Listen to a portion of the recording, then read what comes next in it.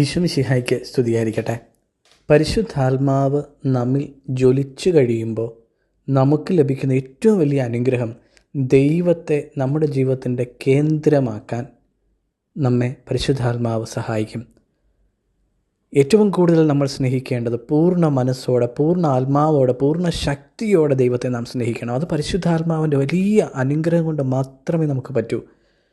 നമ്മൾ എത്രമാത്രം ഹൃദയം കൊണ്ട് പറഞ്ഞാലും, എത്രമാത്രം വാക്കിൽ പറഞ്ഞാലും നമുക്ക് ദൈവത്തോടുള്ള സ്നേഹത്തിനൊരു പരിമിതിയുണ്ട്. പ്രഥമ സ്ഥാനം ദൈവത്തിന് തന്നെയാണോ നമ്മൾ കൊടുക്കുന്നത്, അതോ വ്യക്തികൾക്കാണോ?